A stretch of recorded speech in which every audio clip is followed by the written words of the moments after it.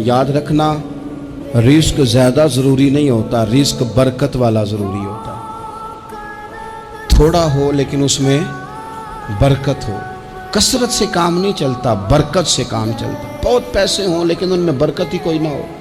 आते भी जा रहे हैं और जाते भी जा रहे हैं, कोई समझ नहीं आ रही। इब्ने हजर कहते हैं कि एक शख्स को मैंने एक मकाम पे देखा, वो मेरे इलाके का तगड़ा बंदा था, सियाना बंदा था, मालदार था। अब क्या कहते हैं पंजाबी में, डंडी पट्टी बड़ी कायम थी, बड़ा उसका दबदबा तनतना था।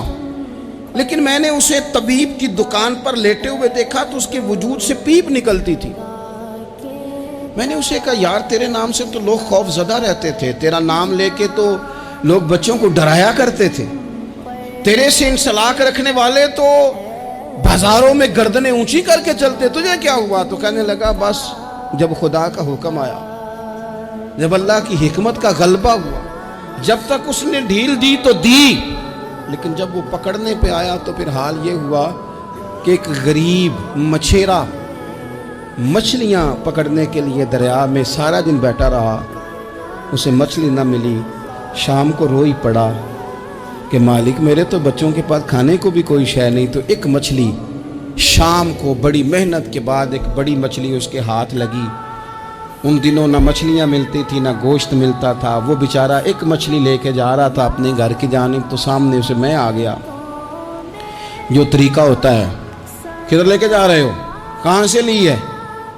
तो कहते, उसने कहा, साहब मुझे पता है आप मुझसे छीन लेंगे, लेकिन मेरे बच्चे सुबह से भूखे हैं, यही मेरा रोज़गार है, आज मुझे कुछ नहीं मुयस्सर आया, मैंने इस मछली को लिया है, मुझे तो बेचने को भी कुछ नहीं मिला, पता नहीं मुझे पकानी किस तरह है। तो ये एक मछली मेरे बच्चों की खुराक बनेगी, कल लूट लेना, परसों लूट लेना, तुम्हारा तो काम ही लूटना है, चलो कुछ दिन के लिए हाथ रोक लो। कहते हैं उसने जब ये कहा तो मैंने एक थप्पड़ मारा और उस आदमी से मछली छीन कर मैंने उसे पकड़ के घर ला रहा था मैं। उस मछली ने, हालांकि मछलियाँ काटा नहीं करती, कहने लगा उस मछली ने नाखून पर, मेरे पोरे पर थोड़ा सा काटा है।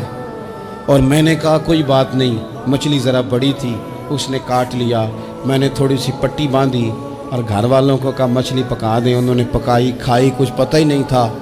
2-4 दिन गुजरे हैं तो ज़ख्म आगे बढ़ने लगा है। तबीब को दिखाया है तो उसने कहा ये तो उंगली काटनी पड़ेगी। कहते वो उंगली कटवाई, 1 हफ्ता नहीं गुजरा था कि ज़ख्म आगे बढ़ा। तो फिर वो हाथ की तरफ बढ़ा तो मैंने जाके दिखाया तो उसने कहा